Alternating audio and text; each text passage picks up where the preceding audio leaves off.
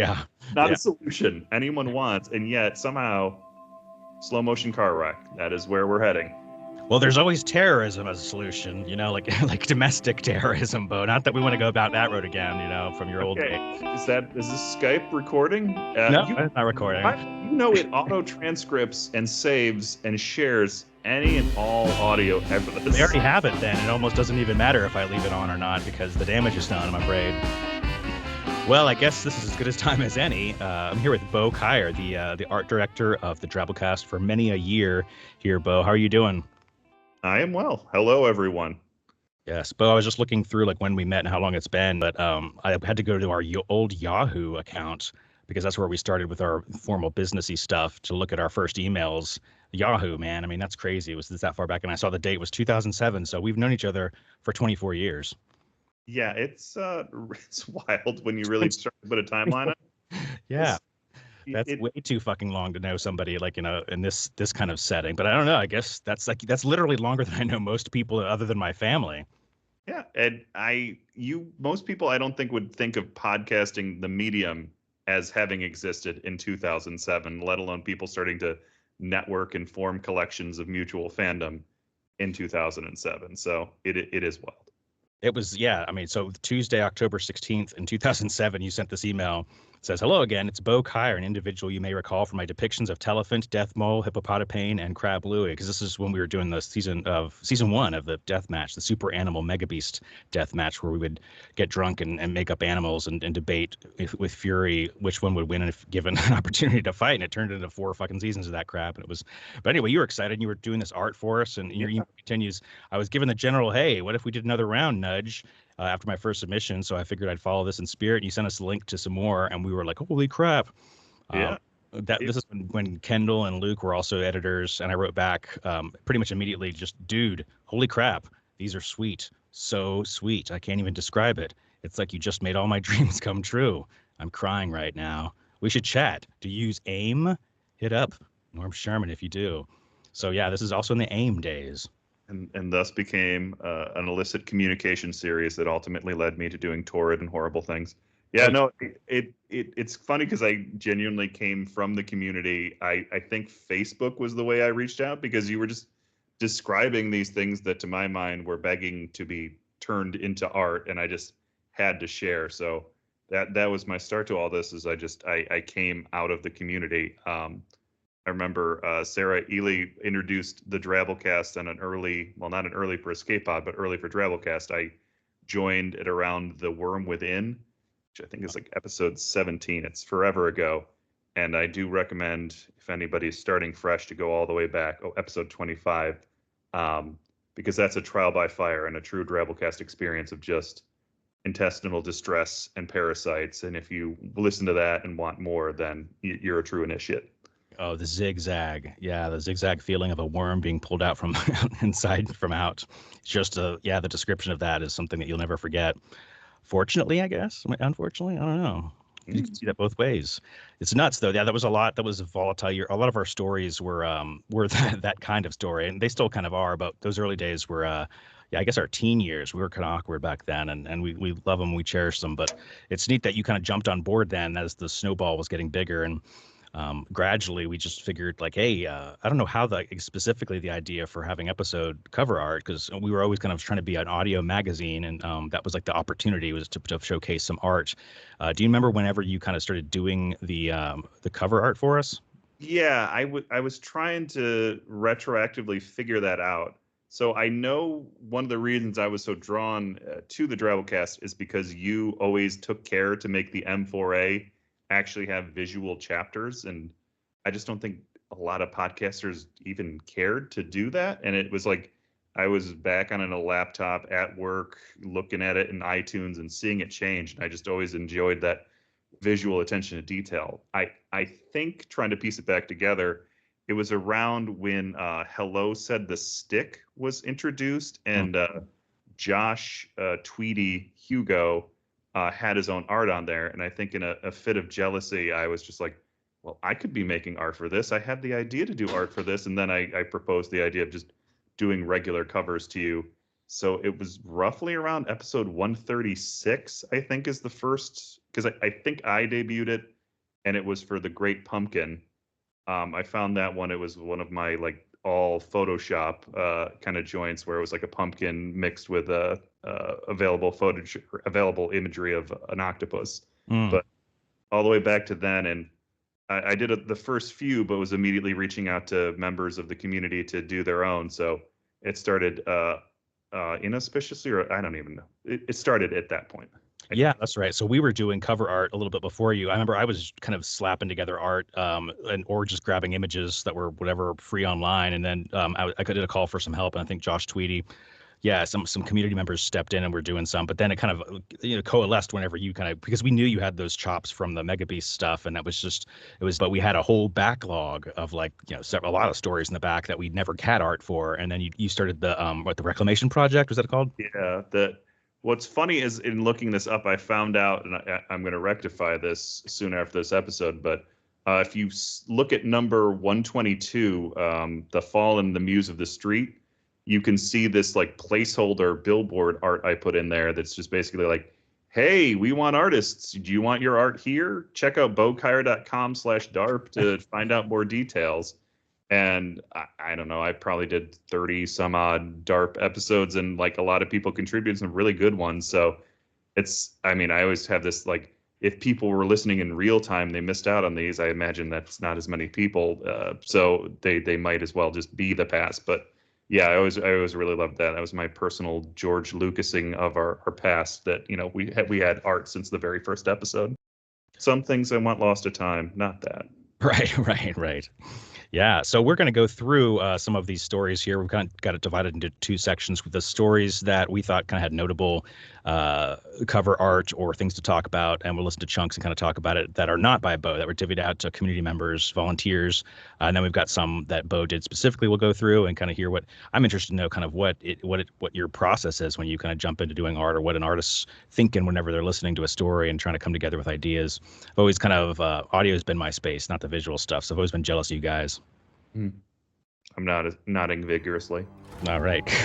Up here, I think one of the images that an artist really nailed that has kind of become an icon of the story was Mongoose back in Drabblecast 170 that Gerald Dye did. And he just nailed this, at least I thought, this visual representation. It had never been represented, the creature that is in Mongoose. And what a neat interpretation for it. So we'll start off with this here.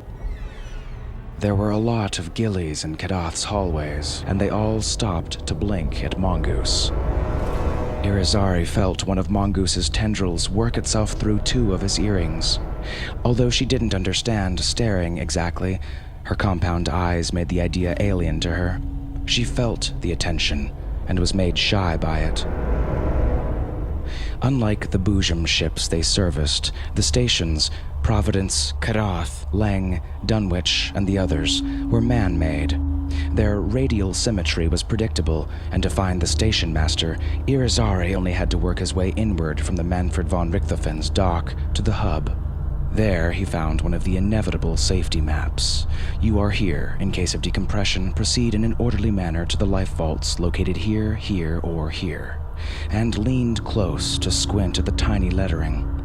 Mongoose copied him, tilting her head first one way, then another, though flat representations meant nothing to her. Finally, he made out Station Master's office on an oval bubble, the door of which was actually in sight. "Here we go, girl," he said to Mongoose, who, stone-deaf though she was, pressed against him in response to the vibration of his voice. He hated this part of the job. Hated dealing with apparatchiks and functionaries, and of course, the station master's office was full of them. Yeah, we did this one full cast. All the parts were cast out. It's just epic. I tried to make it sound like Ridley Scott's Aliens. And was this the first piece that Gerald did for us? I don't know specifically on that one. I'd have to go back. I know it became the eventual cover for our print anthology because we both love it so much. It's just so cool because it's so immediately kind of confrontational. It's like looking straight at you. It has that wonderful kind of like spiral of the tentacles going out in the background. And that story was just so visually rich. It just kind of begged for it to be depicted in some way. So that's like the exact kind of story where it's like this needs and deserves some type of visual interpretation.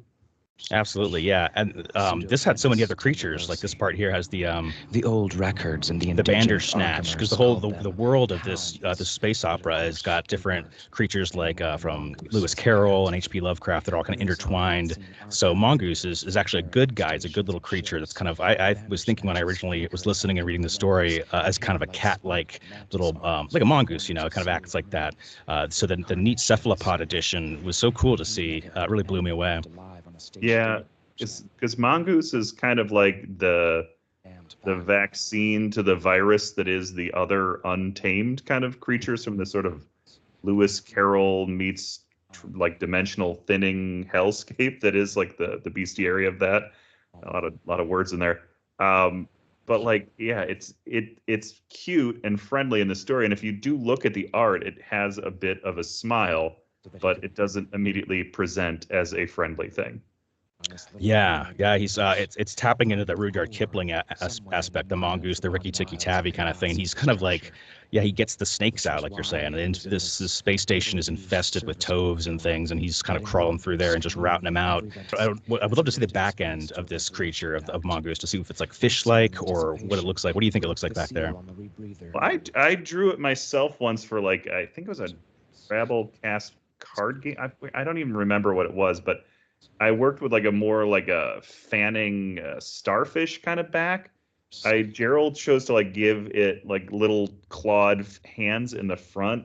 I just like the amount of kind of like conflicting organic patterns from like the frills. I forget what they called them in the story. They were called, it's another kind of Lewis Carroll word. Oh wait, there it is, barbels.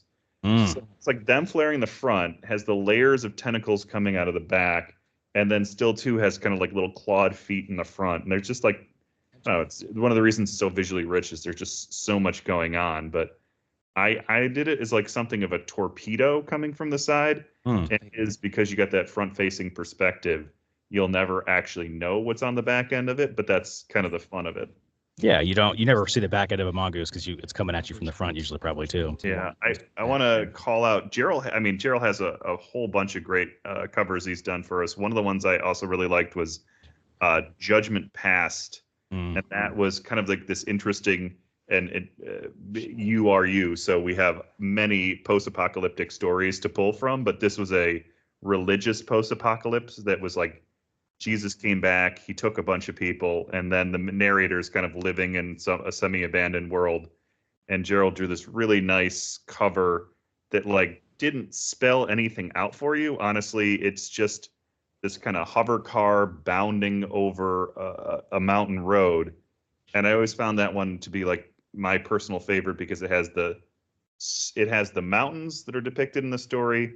It has this sense of abandon or isolation because it's the mountains, it's surrounded by trees. It has this nice kind of send up to the religiosity of the episode because the car kind of looks like it's ascending as it kind of takes over that curb. It even has kind of a bit of like a Tex Avery exaggerated motion where it's just one of those still pieces of art that just seems to be moving just based on how you look at it. So similar, like Mongoose, you kind of can just see the tentacles writhing as you look at it. It was like he just has a great way of creating that in what he does. Yeah, it looks like the car is, I mean, it's half being raptured almost. It's kind of riding that line between, is it kind of a car commercial or is it like actually a car kind of being sucked into the sky? And the fact that it's a hover car kind of gives you that ambiguity. Yeah, and that's exactly what you want, because if you don't have ambiguity, why are you listening? You're like, hey, what is going on in this story? And this is like that exact kind of cover that's making you think, I actually do need to know more about what in the hell is the context of this. Yeah, art gets to do that, it gives a still shot of that question of like, what is going on here? You get to gradually find that out when you're listening to it, but you get one little slide there of a picture to kind of ask that. This one, Jagannath, was a story that we did, episode 234. And who's the artist behind this one, Bo? Phil Hollier. This one, one of my favorite covers and one of my absolute favorite stories. Saved us from Mumble Hop. Go to sleep. Have you seen it? Hop scoffed. No, and I don't want to. Neither do you. Now quiet. Rock closed her eyes, thinking of what kind of world might be outside Mother's body, but could only imagine darkness. The thought made a chill run down her back. She crept closer to Hop, nestling against her back. The workload was never constant. It had to do with where Mother went and what she ate. Times of plenty meant hard work, the peristaltic engine swelling with food. But during those times, the females also ate well. The mucus coating Mother's walls grew thick and fragrant, and Rock would put on a good layer of fat. Then Mother would move on and the food become less plentiful, her innards thinning out and the mucus drying and caking. The workers would slow down, sleep more, and wait for a change. Regardless of how much there was to eat, Rock still grew, until she looked up and realized she was no longer so small compared to the others. Man, yeah, this is one of my died in top her 10 sleep. favorite too, just because of how Rock weird it woke up is, and next like to all a the talk about floating mucus wall. and insides, and yeah, I mean, just a quick recap: the Rock is a Hop had to is a escape cog in the when she wheel, was an sick. organic wheel of Mother who's just who's this giant thing treading across this unknown world, and it's made up of these little, cells. I guess you can actually. It's almost like a James Tiptree story.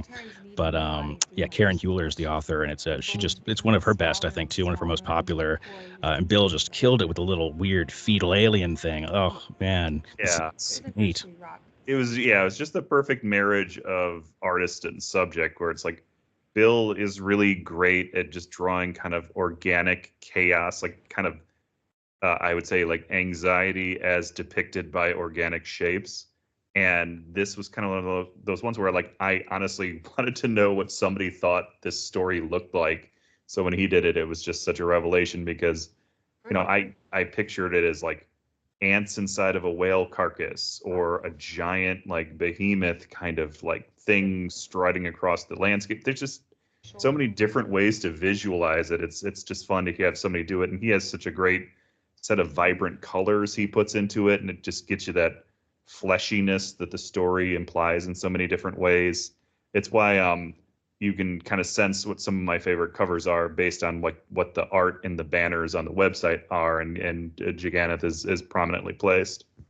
Yeah, I love that he erred on the side of like might as well be a human fetus in there. You don't really know, and he could have gotten really weird and alien with it, but it's kind of that, like, it's a shock to hear the story after you've seen that image and be like, oh wow, they really are human. And that's kind of like a critical part of the story, is to think of each individual inside there as thinking of itself, because it's wondering what its role is in this greater context, just like a human would in there. Yeah, and the kind of striking contrast of it being like a skeletal dead fetus that could still be gestating to be born, but also looks like it's rotting. It's just kind of impossible contrasts. True. I didn't think about the rotting piece of it, but that's there too. And the organic, you're wondering if it's almost like a conjoined thing, if it's drawing from its surroundings, or if the surroundings are what is, prenatally giving it nourishment. And it turns out that it's kind of the latter.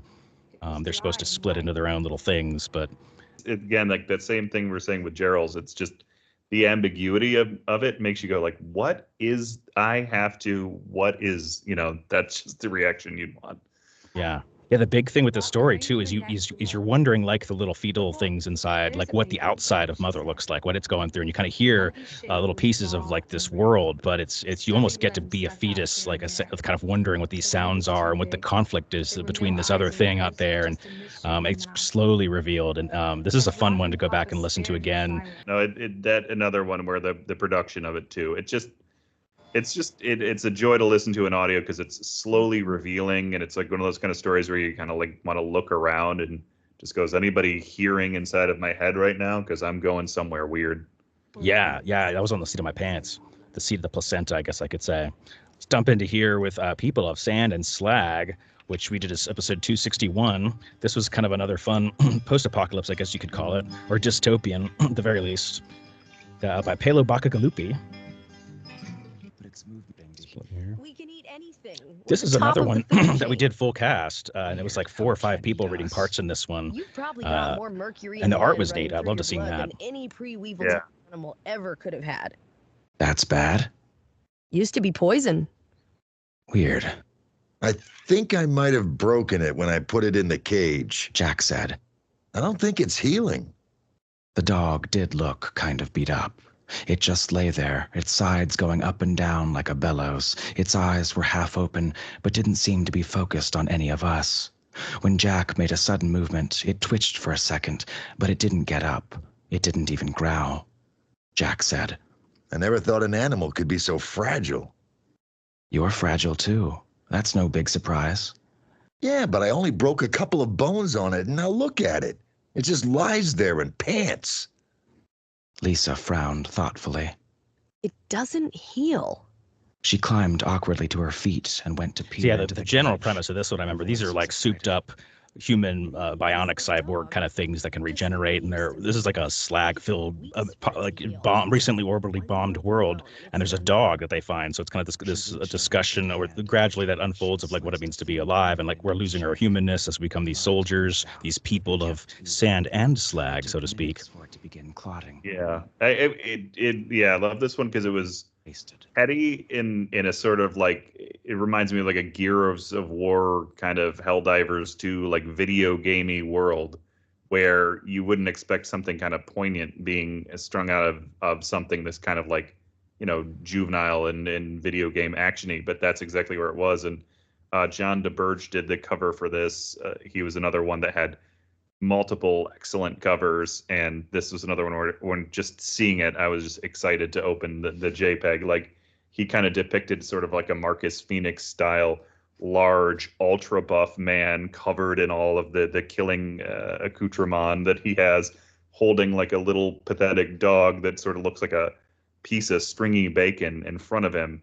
And it just shows you like that excellent kind of like, how far from human have we become that man's best friend is no longer a friend at all kind of like aspect to the story. And I thought that the art perfectly complemented the wonderful story.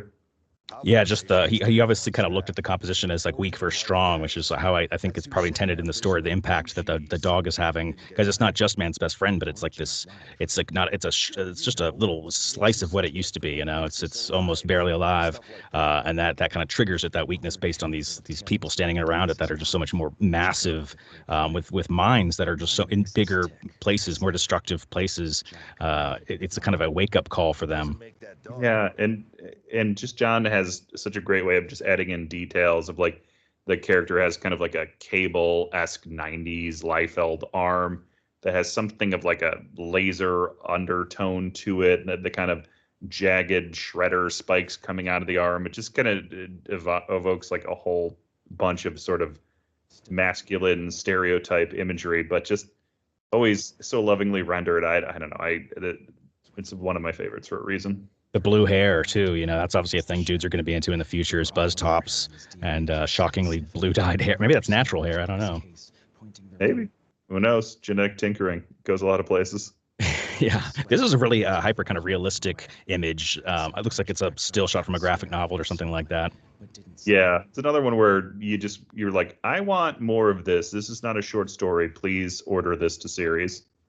Yeah, it would have been tempting to kind of focus more on battle scenes and things like that, the badassery. So it's neat that he pulled back and kind of and looked at the bigger picture with the story. Yeah, one to easily sail past the point of the story, but I think he has it exactly in mind. I mean, John's like a pro, right? Like he's an artist that makes a living doing that. Yep. Last thing I saw, he had just done like somebody was thanking him for this animatic that he had done, and the animatic was very impressive. So onward and upward for John. Yeah, one of those guys that every time he can pull a cover off for us, we're just really happy, almost no matter what it is, It's amazing that we get some of his time dedicated to us.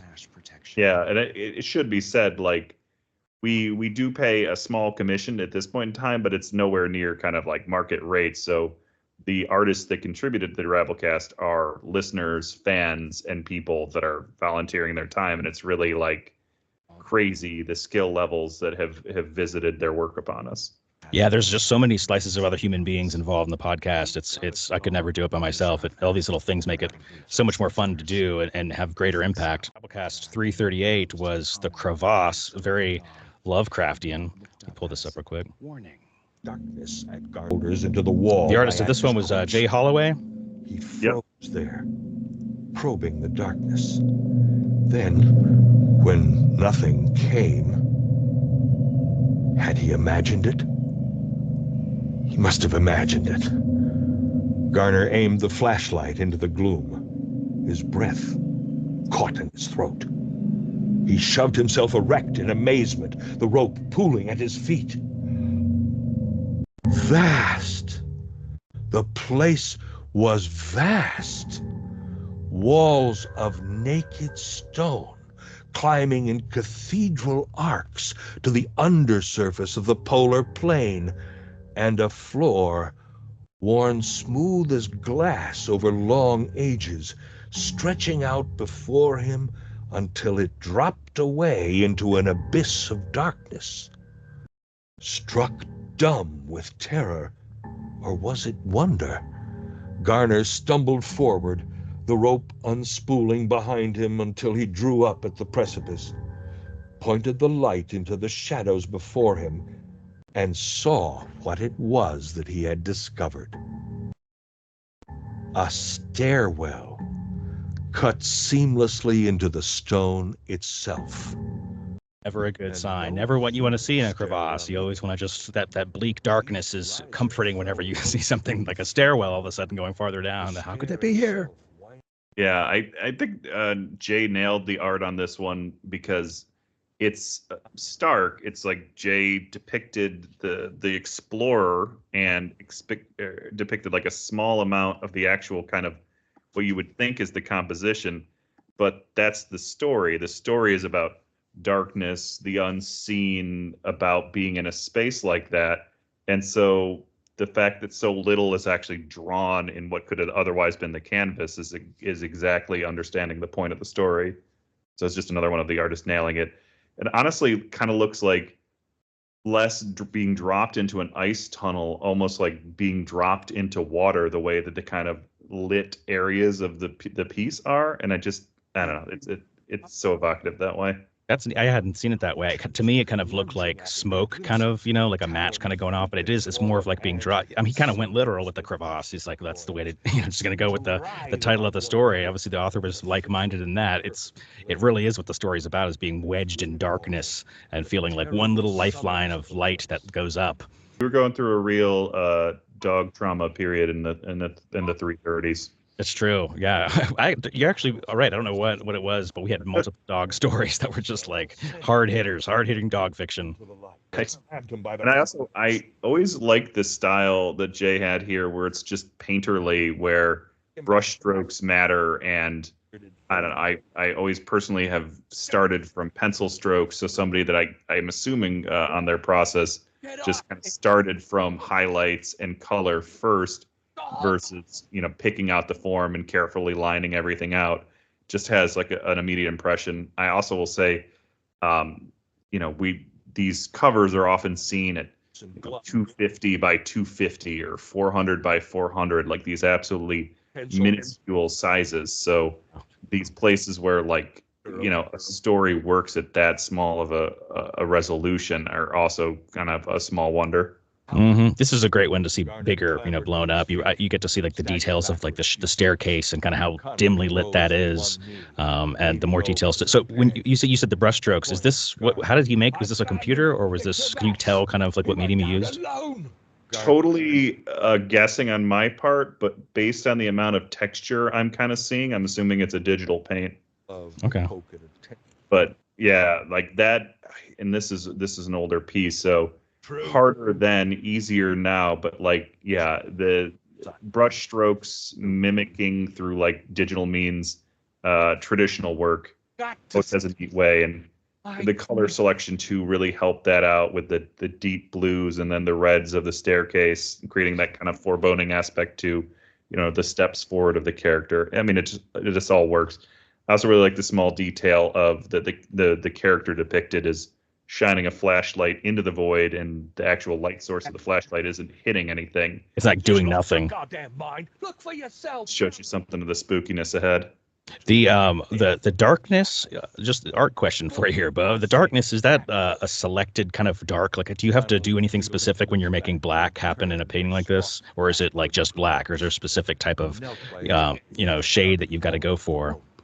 What's kind of funny with this is, and then this is just like on-screen mediums, is like there's light showing through the screen, to make any of the colors you're seeing. So it's never going to be as dark as it could be if it was like a true pigment painted black. But there's kind of artistic tricks to make dark seem darker than it is. So this is like a deep blue that feels like a black just based on both the context and then the other colors that it's contrasting against. So it's just well done. Yeah, mind for color there. That's kind of interesting.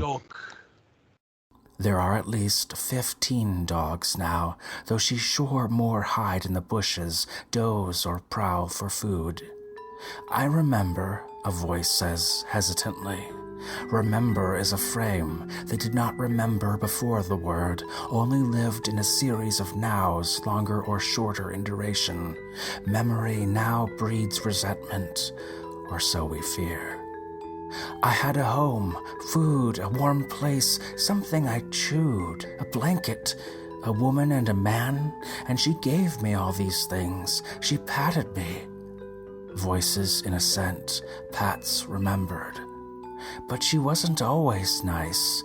She sometimes yelled. She took the blanket away, and she'd drag at my collar until it hurt sometimes. But when she made food for herself, she'd put a piece on the floor sometimes for me to eat. Beef, it was, and that was nice. Another voice in the darkness. Beef, that is hamburger. The dogs are trying out the concept of beef and the concept of hamburger. Yes, I love this story kind of referencing Plato's cave.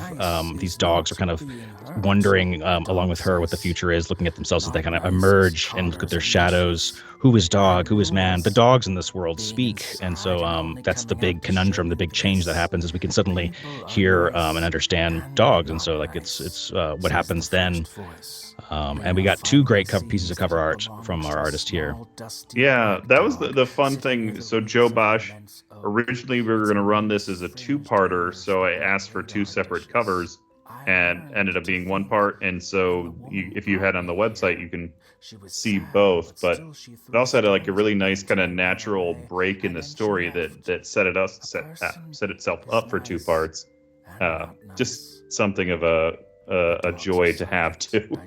Yeah, and they kind of link together. They relate before and after. Yeah, they're of a piece. Joe Bosch, he just did. Prior to this point, had a bit more cartoony colors to a lot of the covers he contributed. So I wasn't anticipating what I got out of this one, and I was genuinely surprised by how kind of like mature and moody it was, which really does fit the story. Like both covers are more about the shadows than they are about kind of what's being depicted. He limited himself to a certain color range, really created this kind of at night thing. And it's like, it's funny with this story, it's such a sort of almost like child. It sounds like something that would be produced for young adults or children if you just heard the premise aloud, but it's a far more kind of mature story than that. And he captured that, I'm trying to find like the right words here. Like his art is often a little bit more cartoony, so the expectation you'd have for the story is something like that, but he's finding this really nice balance between that feel and the more mature story, so it's threading the needle very well. Yeah, he does. He has like a unique take. I think he had a vision kind of as he was reading the story that he wanted to get across about as she's leading the dogs through this wall through the North Park after the change. The moral conundrums of the dogs being able to fit and humans being able to fit in this new world are represented kind of by the shapes and this the Jenga shape of the door and the wall here, allowing all shapes and sizes to kind of get through. Yeah, it's just the questioning, like you can see what's happening. Like you get the Plato cave in the first of the two, and then you definitely get that Jenga piece sense in the second. So it all like fits in thematically with the story, but also isn't like directly depicting any one thing or like oversimplifying the story. It just like leaves you with questions, which I said it for a lot of these earlier ones, but like if you don't have questions about what the story is about or want to know more, then the art isn't really doing its job. That's why this is so effectively doing its job. Yep. Another story, got to call us out here for dogs and man putting each other up against this mirror of dog and man like we did with People of Sand and Slag. This has kind of got similar themes to it too. Dogs are just really handy, I guess. Well, let's get to some of you kind of tend to do every other cover art that we can't divvy out, and or do you kind of take your pick of which one? How does your process go? Because you kind of make the decision. Yeah, it's always with me. If I'm like the story came late, so we made some decisions, or there was a question about being able to license it, and then it's a week away from being published, I will often intercede just to make sure there is a piece of art. Or with like the DARP covers, I'll go in there just to make sure something that didn't have art does have art. Like recently, you got ahead of me, so like the pigeon went out without an original piece of cover art, so I just went backwards and put one in there. So it's always either like where it would otherwise be a blank space, where I otherwise might not feel like an artist has the right amount of time to depict it. And then yeah, every so often I will just cherry pick one that I really like or I feel like fits my style, or alternatively, just so doesn't fit my style that I got to stretch to really make something happen. What tends to grab you as far as style or just interests as far as drawing? I mean, I have like my sweet spot of things that I like to do, which is horrible and contorted monsters, sad clowns. Somebody once described my art as entrails being dragged through the dirt, which I always gravitated to as a description. But like things that either seem miserable or too setting in upon themselves. So if I read a story that immediately sets out like that way, in terms of like when I'm reading a story, deciding either is myself to depict it or who from our artist stable might be great to depict it, I find this kind of funny commonality where if you're just visually scanning a Word doc sent that includes the story, and that's how they come in to me from Norman, the editors, about 30% of the way in is always this one paragraph where they describe what you're looking at. You find out if the main character has a gender, if the setting is here, there, you can get a sense for like, okay, is this noir, is this whatever? But there's always that one paragraph that has all of the exposition, if you could see my iPad before I'm drawing something, there's always a screenshot of the story with like the one paragraph that has all the good details. So I'll see that and be like, okay. I asked some folks on Discord here, our Discord channel, the Drabblecast, some questions. One that just came in kind of regarding that was from Stinkender Case, and it says, are there techniques or methods you've developed specifically to illustrate the content that's weird for Drabblecast? So I think one of the reasons that the Drabblecast has been one of the great artistic loves of my life is because it's just so all over the place that I like to think of myself as a mimic or able to depict lots of different styles, jack of all trades, master of none of them. But I just had to do different things. So sometimes it's Photoshop collage, sometimes it's hand drawn, sometimes it's vector illustrated. I picked out a few for us to talk about, and some of them like visit upon like the different styles. So in terms of like, is one best for the Drabblecast, in a way, not having a specific one as the go-to is kind of the thing I like the most about the Drabblecast. It's like all over the place. Okay, yeah. This one, we'll start off here, was a B-sides episode we did, The Fungi of Yuggoth Cycle, which is a sonnet cycle. I think it's like 37 sonnets in classical sonic form by H.P. Lovecraft. And we did a production of it. Here it goes. Has been there, that it comes out of a pharos in a tower of stone, where the last elder one lives on alone, talking to chaos with the beat of drums. The thing, they whisper, wears a silken mask of yellow whose queer folds appear to hide a face not of this earth, though none dare ask just what those features are that bulge inside. Many in man's first youth sought out that glow, but what they found, no one will ever know. This is like my favorite ever of Lovecraft stuff. I feel like this is such a worth listening to again. These are so fun. I don't know, they're just so good. I think it's like his best work, and they kind of tell a narrative throughout the whole cycle. But I had this one. I think was probably no brainer for you to grab. You love fungi. You like Yuggoth. It was a match made in heaven. Yeah, and like early on, I felt weird with the B-side episodes because I'm like, well, if somebody's drawing their first cover, I want them to be in the main feed. So I grabbed a lot of those early. This one I was always proud of because it was my only win for the Reader's Choice Award, which, if you just think about the amount of bites at the apple I've had versus the amount of wins, I'm like, I finally got one. Being robbed, man. It's like Meryl Streep. No, yeah. But this one was fun because I always love that, one, there's only so many images of H.P. Lovecraft that are out there, but there's just the kind of one that has become sort of a de facto logo for Lovecraft, is where he's just sort of looking mournfully directly at the photographer. So I just took that wholesale and, worked it in Photoshop. So that's the Lovecraft figure that's there in the foreground. But I don't know. I just always loved that one of just he's both a mask for something behind his face, but also looking desperately sad, but also looking mysterious. Just speaks to how much, is layered into Lovecraft's work. So I was happy to have that in there.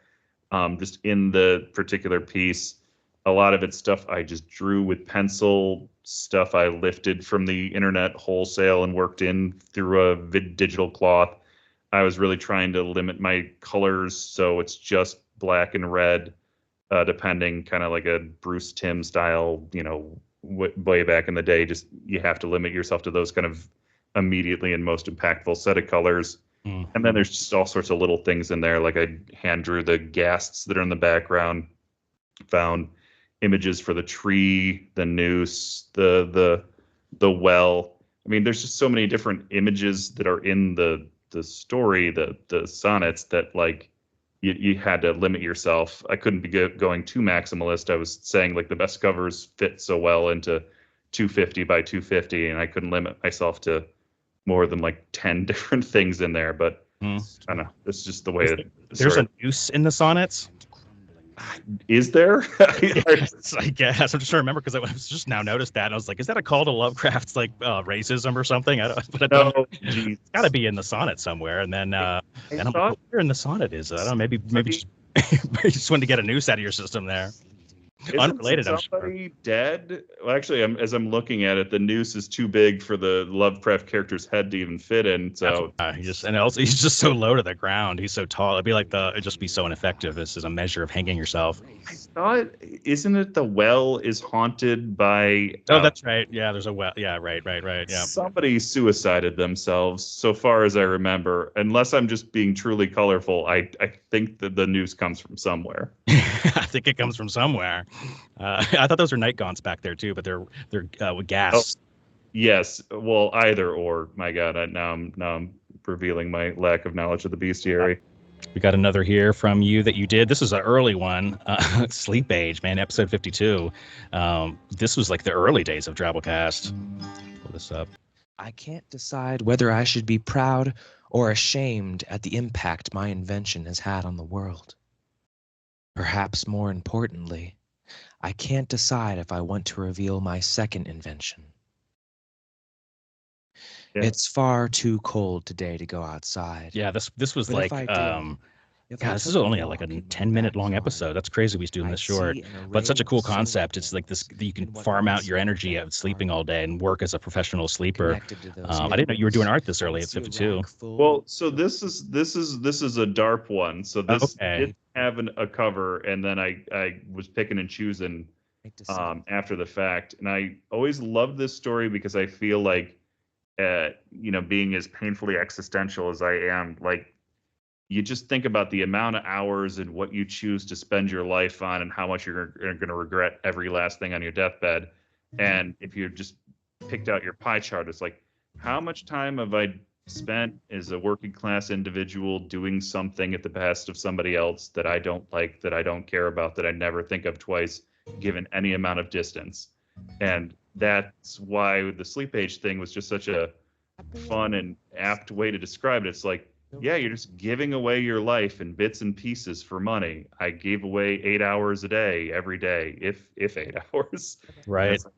It's like this person's sleeping Rip and Winkle into. Anyway, just I love the story, and so when I went back for it, it was one of my first picks. Funny story about this one. So if you go and look at any cover that I've done, I don't think I'm as talented drawing just from imagination as Gerald or Bill or many of our artists. So I'm very frequently either using a photo I took of myself or myself for the reference. So you'll see me very, very often. This one was one where I took a photo of myself in the position, but then kind of drew it freehand off of the photo.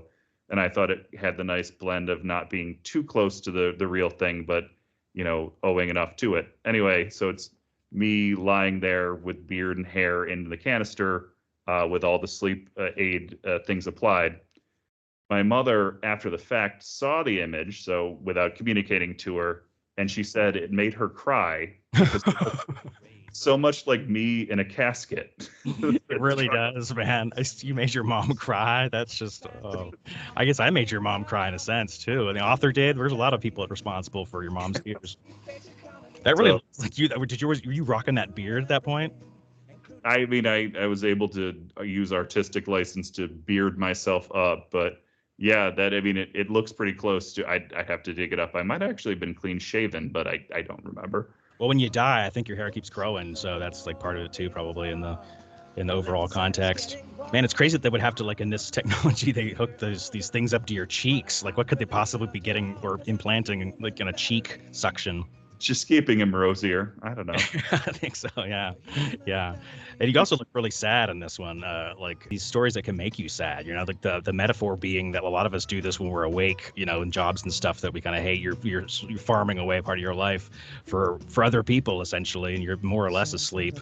So yeah, I usually only get so far in my thought process here before I'm like, okay, and so moving on. Yeah. Well, I mean, to the literal drabble of the Drabblecast, it's like short, punchy kind of ideas that if left, you know, you do most of the work. You know, it's like, this is a great idea that hits you quickly and then stays with you for you to ponder. And like, it's just those kind of episodes. Like I referenced the pigeon earlier, that kind of thing. It's like, it's not a giant, deep story, but it's like a fun little punch of a story. And I think we deliver those especially well. It's like a scar that never leaves the story. It's so long ago. It's like 2009 or something. I mean, I wrote a song after this story and put it in this episode just because it was that, like, you know, I couldn't stop thinking about it after I read it.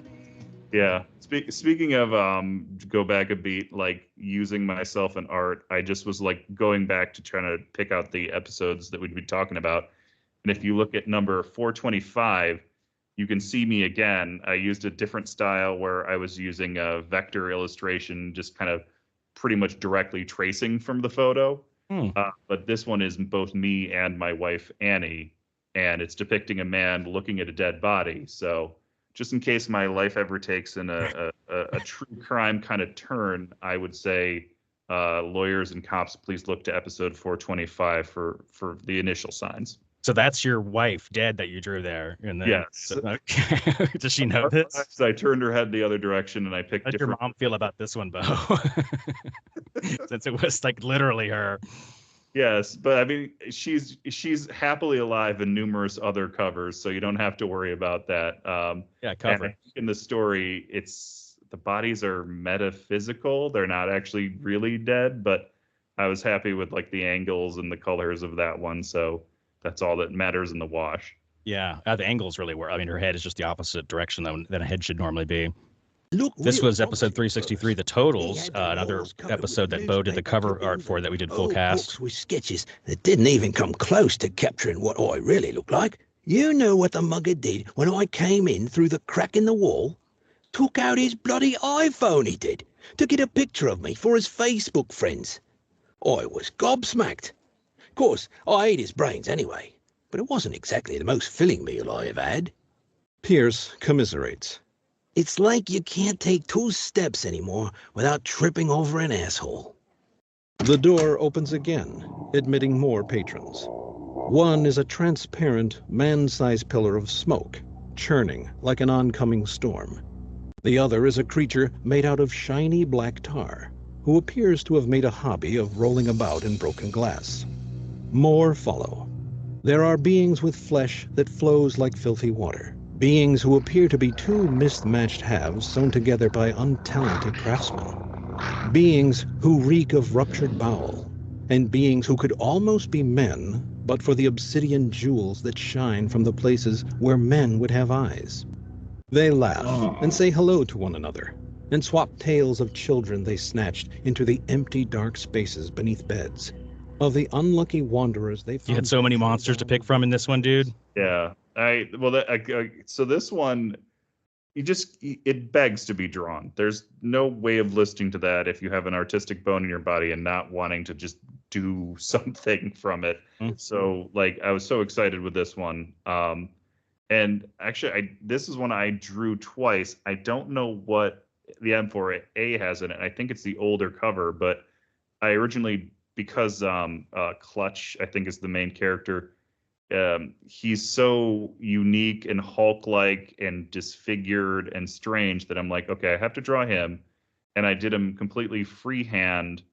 But then I looked at it kind of after the fact, and even though I liked the first cover, there's something about the fact that this is like a menagerie of real life serial killer monsters. It's like it's a really interesting place. It reminds me of like a Neil Gaiman Sandman kind of comic vibe. It's realistic in tone because it's not played for laughs or hyper real. It's just kind of like, these are horrible things. And so when I had the original result, it was just because of my abilities as an artist. It wasn't that realistic looking. It was a bit more cartoony, and I felt like I had to go backwards.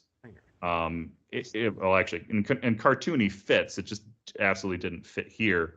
So I went back and kind of picked out this kind of, I pitched together like a lot of different photos and photo reference, and then just kind of roto drew over it. So some's freehand, some is kind of drawn over photo. But I like wanted to pick out this classic Norman Rockwell image of kind of like the cutesy diner, because like the diner setting is a big piece of the story, and bring that in. And then just drawing in the characters looking like real enough to be physical or in a physical space, but like obviously since they're monstrous, having a bit more of the monstrous aspect to it. So like, you know, Clutch's shoulder is drawn kind of like broken looking or improperly aligned. And then I had the fun detail of, you know, his name tag is just up on his shoulder because he don't know no better. But like the other character, Pierce, having like looked at the story again to go back and review this, I'm like, oh, I missed that he has heads on the spikes that are in his chest, and I didn't draw any of the heights.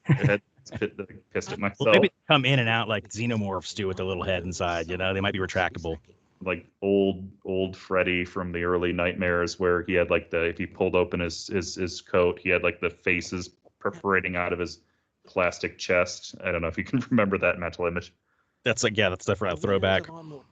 Does that happen a lot that you've missed a little detail like that? I mean, the things like the name tag on the shoulder would be so fun if I could draw it. Like, I think that would be like one of the more fun aspects of putting together pieces, like throwing in the Easter eggs like that are really personal to you. But do you ever feel like you miss stuff afterwards? You're like, oh, should have had a head on that spike.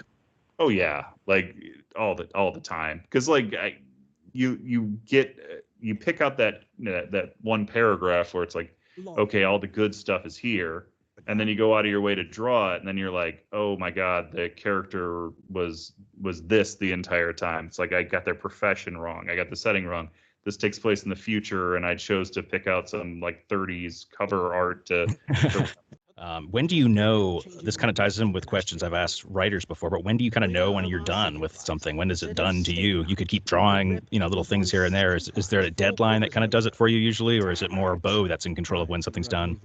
No, the wonder of the Drabblecast or the niceness is it's never on a deadline. It's never, well, sorry, it is on a deadline sometimes, but you have to set your own, and it's really just either, not that you get bored with it, but just, you know, you're going to keep going into some overwrought place where nothing good, nothing positive is going to keep coming out of you continuing. So it is that point of morbidity where it's like, okay, I know this piece is over because I'm not making it better by continuing to work on it. I could spend endless, like the most recent one I did, oh shoot, I don't have it up.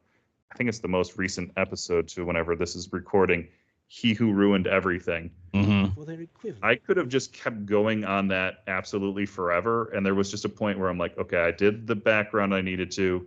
I put in the boards on the window. I have the character. I have my exaggerated anatomy. What else am I going to do? Nothing. And it's already too much detail for, 400 by 400. So I just was like, stop. I'm stopping. Yeah, I've said everything I need to say in this, now it's just speaking. Also another one of my body in the foreground, my body in the background. I was nice enough to get my friend's head to use.